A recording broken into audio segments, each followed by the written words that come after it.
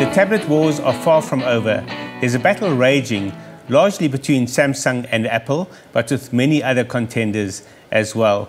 To get a sense of just what's going down in terms of Samsung's strategy, we have in the studio with us Paulo Ferreira, who's Director of Enterprise Mobility at Samsung South Africa. But before we talk to him, let's have a look at the range of tablets that Samsung is introducing into the market. And by way of comparison, here's my MacBook Air, and here is the Samsung Note Pro 12, a 12-inch monster with an 8-core 1.9 gigahertz processor, 3 gigs of RAM, an 8-megapixel camera, 16 gigs up storage, depending what size you want, and micro SD expandable storage. Interestingly, an S Pen stylus that replicates what you're able to do on the Note 4 phablet.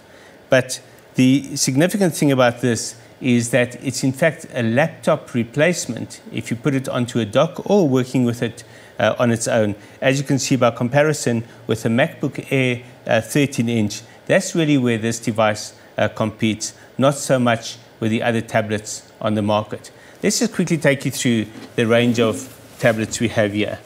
This is the Tab S10.5, right here in a dock to show how it can be used as a laptop replacement. The big differentiator between this and the 12-inch device is that it has a Super AMOLED screen, really a high-quality screen. Otherwise, similar specs, 8-core, 1.9 gigahertz, 3 gigs of RAM, similar storage, and the like, but with an 8-megapixel camera, and of course, it separates from the dock.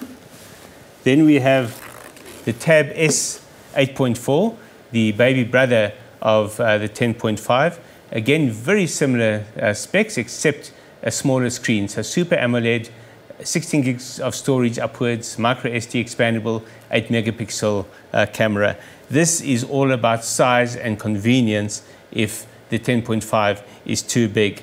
And interestingly, these two are the ones that compete most directly with the iPads, the iPad Air and the iPad Mini in terms of size. Then we have the baby brother of this family, the Tab 4, a 7-inch screen with a quad-core 1.4 gigahertz processor and 1.5 gigabits of RAM.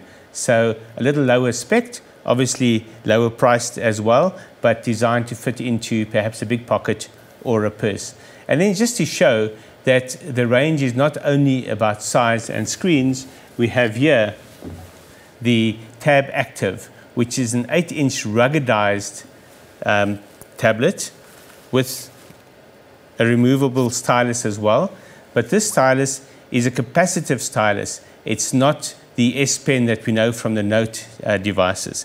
And what makes that different is that it's not as sensitive as the others. It's intended for hardcore, high-intensity use in industrial environments. Most interesting about this is that the camera has got an automatic focus function that makes it especially useful for supporting barcode reading, which tells you that it's really designed for the factory, for the warehouse, and those kind of environments. So, having seen this astonishing array of devices, let's ask Paulo, what is Samsung's strategy in having this never-ending range?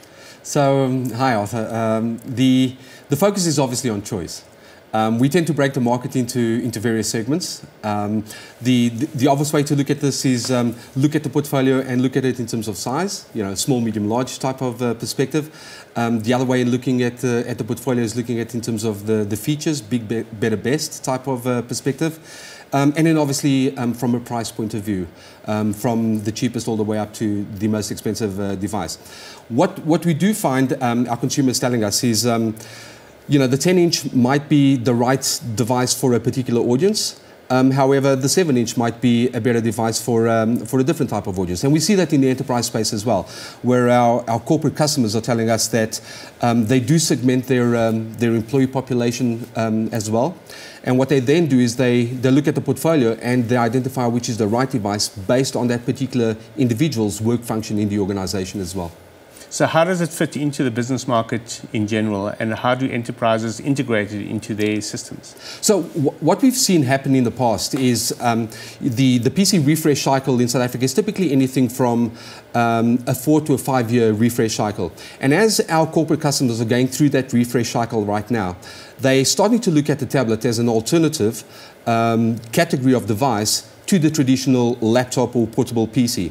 And what they'll then do is they'll go through an exercise of identifying who the audience is from an employee base, and then marry a device based on the size, the feature set, perhaps the ruggedness of the device as well, to that particular individual's profile within the organization. So if I'm perhaps a factory worker, or I'm a logistics company working in transport perhaps, I might want to give my driver a more rugged type of device as an alternative to the current device that he or she might be using. So it really depends on the profile of the individual within the organization. Well, as we saw with the 12 and 10.5-inch devices, they can function as laptops as well. Are they replacing laptops and notebooks in the business market? Yeah, well, we don't position these devices as a replacement for the traditional PC or laptop. That's a decision that the customer ultimately has to base and to make themselves. Again, what they'll do is they'll look at, perhaps if I'm in the insurance industry, I might have a field force which is made up of brokers or agents. And these guys are arguably the right mix or profile of individual for that particular type of device. Why? Because it's portable, it's lighter, it's mobile, it's always connected, it's got great connectivity, and of course it has the functionality from a business application perspective as well. You know, it has the productivity suite, a Microsoft Office type of feature-compatible productivity suite. It might have a meeting application as well, security management, all the features which are important for enterprise. We've added some of those features to the mix to offer that value-added service for the enterprise customer. And is that a strategy that will roll out across Africa? We're seeing that very much happen now, not only across Africa, globally as well.